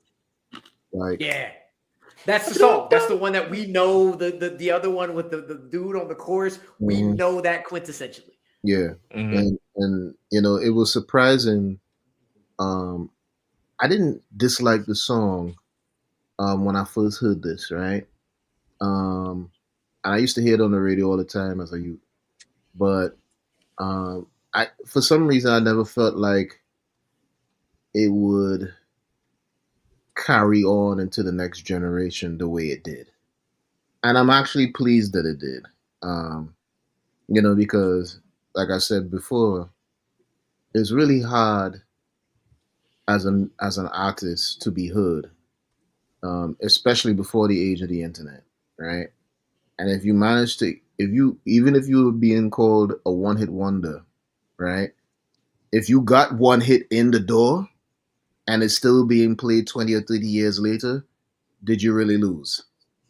Right. 30 years this year, if I'm not mistaken, right? Because it came out in 95. And again, rest in peace to Coolio, man. Rest in peace to Rest in peace to Coolio. Coolio. So, yeah, this is definitely one of those songs where I don't know. I like Coolio as a person and a personality. So it's very refreshing to see that this song is not only up on this list, and has had so much influence and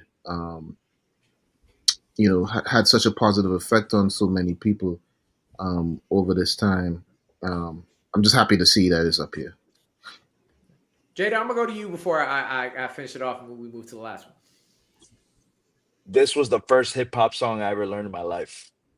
Nice. I used to call this song Dangerous Minds because I didn't know it was called Gangsta's Paradise. To be completely, if we're going to be real. Yeah, man. I heard this song before I saw the movie because it was playing all over, obviously, the radio and all that stuff. And it grabbed with that opening, ding, ding, ding, like that grabbed everybody. My mom bumped this song when I wasn't even around. Like, that's how much of an influence. And I feel like if you put this anywhere, just like we mentioned a couple of, I mean, again, we're talking greatest hip hop songs, or we're getting close to the end, so you're gonna hear this is one of the greatest, because this is essentially what the show is, right? But I feel like even people that didn't listen to hip hop, right, people that casual listeners respected the shit out of this song just because of what it was.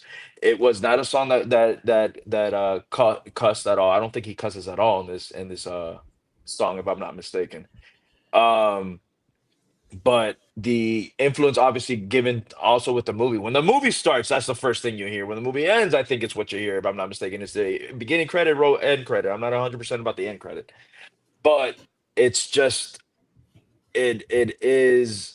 I think it was in the third grade when this came out, and I brought it. I remember I had music class, and our teacher let us bring CDs to dissect what the songs mean, and this is the song that I brought. And she didn't want to play it because it said gangster on it. And then I was like, it doesn't say bad word. I promise you. Like, listen to it. And everyone. And again, I don't know where I was. It wasn't too long ago, but I was like at a lounge bar area. And as soon as that song came on, you just see everybody vibing. And people that you wouldn't even think listen to hip hop we're just vibing with this song. I think this is one of the all-time greats as well. I absolutely love this song, and it's special to me because it really was the first hip hop song I learned from top to bottom. So, here it goes. Shout out to Keenan and Kel. Shout out to Julio. Like, my placement is not based off of like the impact or any of the song. It's not what you typically think of when you think of greatest hip hop songs of all time until somebody brings it up. And then you bring it up and you start listening to it again. And you like, as an adult, understanding what he's talking. It won the Grammy for a reason. Like one of the times they kind of got it right. And like you said it, his cadence, Coolio's cadence, his delivery of the lyrics is amazing. It's just as powerful as what he's saying. The video is just iconic. You see LV, his face, he's sweating, he's going.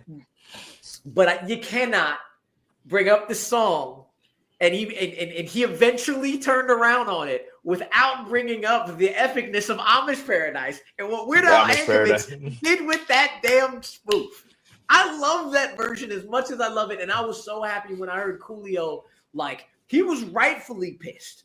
Rightfully, like, what are you doing? And then when he put that out to kind of understand what the impact of the song is, and then he turned around and was like, you know what, Weird Al, I get what you're doing. You spoofed it because it's important. You spoofed it because it's worth spoofing.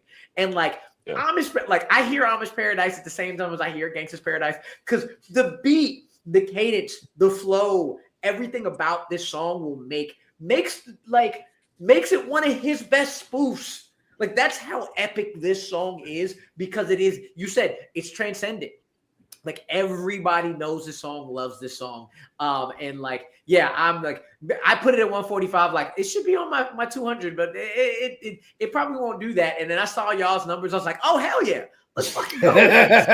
Beautiful. Absolutely beautiful. All right. But we're down to the last one, Jader. You know what it is.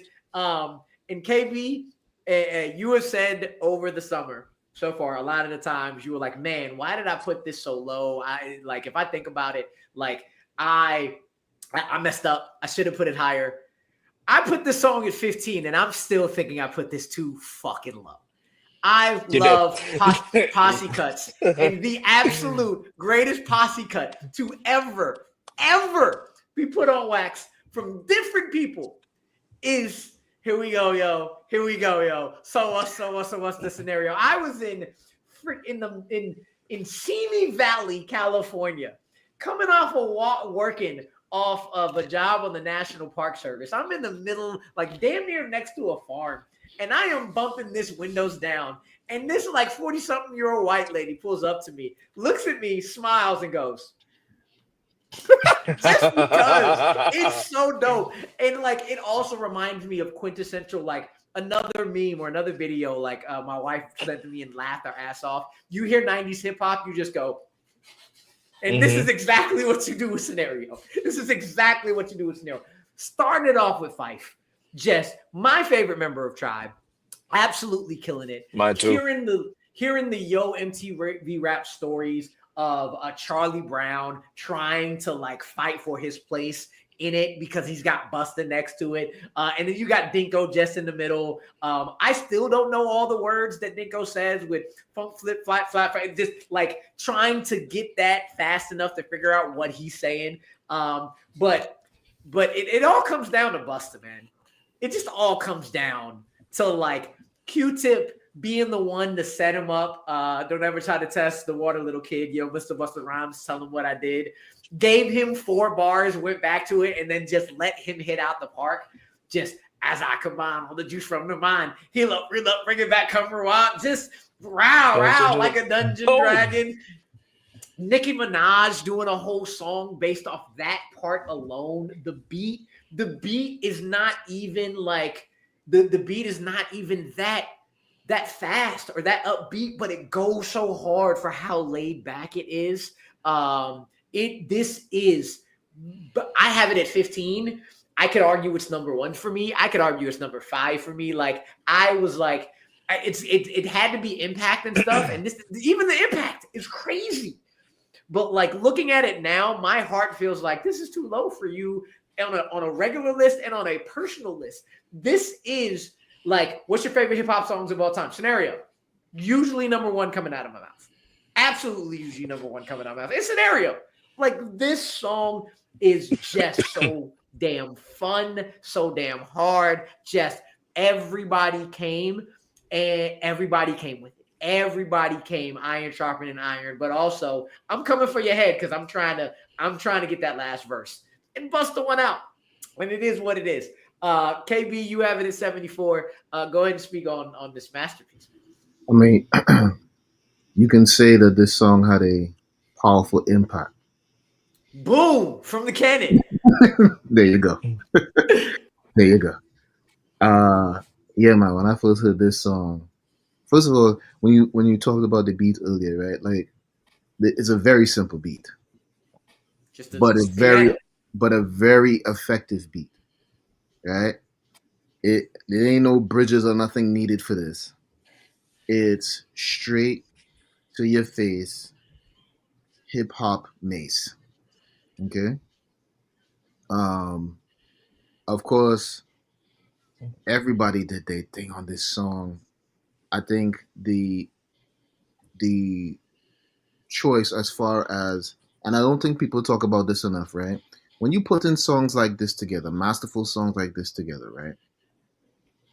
It's not just the lyrics that have to be on point and sharp, and everybody that's involved in this song got to be like, yeah, keep that, right?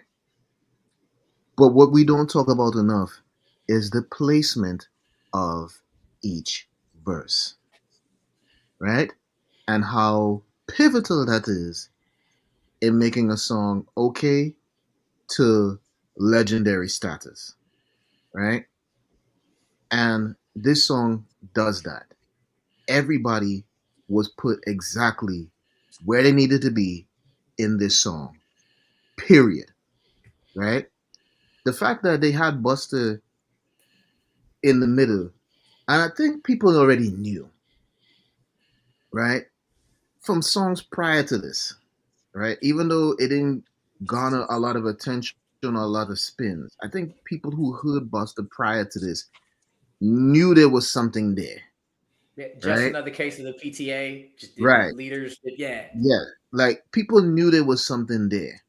But when this song dropped, New York exploded. I Okay? heard you rush and attack, bro. Bro, New York exploded. And that's when everybody was like, yo, who is this? Who is this man specifically? This man right here. Who is he? You talk about a career that catapulted after a song. This was a perfect example of that. Okay? But not to outshine anybody else, all of these gentlemen did that. I'm talking about a song that I sing from beginning to end every time I hear it. Loudly. yeah. Okay? Um, yeah, I ain't really got much else to say. This song definitely was supposed to be in the top 20s or the top 10 for sure. 100%. I moved it up a little bit to see where it go, and it would just went from 21 to 20. But being here is like what we got coming up again with surprises and what you expect. I still love where it is. Before going to Kolby, I also want to mention you said placement of the song. This is also one of the best uses of going back and forth, but between six dudes and not two. The way Q-Tip pees up Busta, the way Charlie Brown, who's that Brown? Just That like Mhm, Brown. mhm. go back and forth the entire thing, and they set each other up. Wow, stuff it's dope as hell. Kolby, go ahead and speak on Scenario Man. Yeah, no, I mean, Scenario is a classic for a reason to be able to merge together so many different types of rappers that's still emblematic of like that kind of stoop music. It's a cipher. It kind of it breaks convention of what like a studio record would be, right? Like we're not coming with verses, we're not trying to bring you in. It's just like teeing it up. It's like a battle, but in the most friendliest sense, right? But they're all on the same page in one accord. There's no ego in this song. Like this is probably like that cypher music in its purest form that is still like gully, but also at the same time not trying to be disparaging of anybody else, right? Like I wish battles could still be like this, right? It's Although Charlie Brown was kind of a hater back then, but Oh, yeah, he yeah, well, was, and it's yeah, funny that's what because I've he was going for Busta's heard. neck. Yeah, that's what I've heard. But like this song is just like it's chill. It's a vibe. I think it's great. Like one, like the little things that they kind of did with the music video. And like they did the best that they could, right? Like I don't think there was a lot of like vision and stuff like that, but like I think it also rings true like inside the music as well. I fucks with it heavily. All right, yeah. Finish this off, Jader. I do love the when they have Fife on and they switch the hair on him from one to the next when you're changing the remote. It's a Yeah, dope ass Wayne shit. change this channel. It is, man. For me, I'm with Rue. I think this might be one of my favorite hip hop songs of all time. It's just it's just so dope, man. It always gets me in a good mood. It doesn't matter it doesn't matter the mood, man. You play this shit on, I'm just vibing from top to bottom. Fife is my favorite as well from Tribe. Very, very sad. Rest in peace, Fife. I was very sad when he passed away actually, because I most of his verses are my favorite from any Tribe album. He almost I for me almost always came on top when it came to to verses and all that. But no, man, same thing. This was, I think, the for because I heard this song, I think as soon as it started dropping, this is, I think, my introduction to Busta Rhymes. And then late years later, I ended up seeing him on with "Put Your Hands Where My Eyes Can See." But for my acknowledgement, I had never heard anything before this at the time. So the way they end this song, it's just again, it's just powerful, powerful, powerful. Everybody from top to bottom. The way KB said that how the placements of verses for me, it starts off, you know, at 1,000, and then it kind of goes down, and then it just keeps going up and up. It goes in waves, and it just ends with just a banger of a verse with Busta, which is funny because I was gonna mention when you said the whole rah rah with a like a Dungeon Dragon, how Nicki had that. He also had when he goes, oh, pardon me, as I come back. He has a song called "As I Come Back" on the Genesis album. Right before the So video yeah, for Break Your Neck. Yeah. break your neck. Yeah, yes sir, yes sir. So yeah, man. So for me, this is an all-time great. I don't If I had to make a list, I know this is definitely be in my top 10. Probably in the higher up of the top 10, but this is for me, this is again, and I'm so glad you invited me on this episode because it's just masterpieces of song and this to music that I just love so dearly. When I saw the list, I was like, fuck yeah, we're gonna talk about Scenario, man. It's just again, man, just the Yeah, man. wordplay, everything about it was just great, bro. Great shit. Yeah, we've been talking all summer, even before we started, of just how hard it was to put 200 together and how many songs Yeah. you're going to go to one place and then they start dropping because you stop hearing and then you try to mix.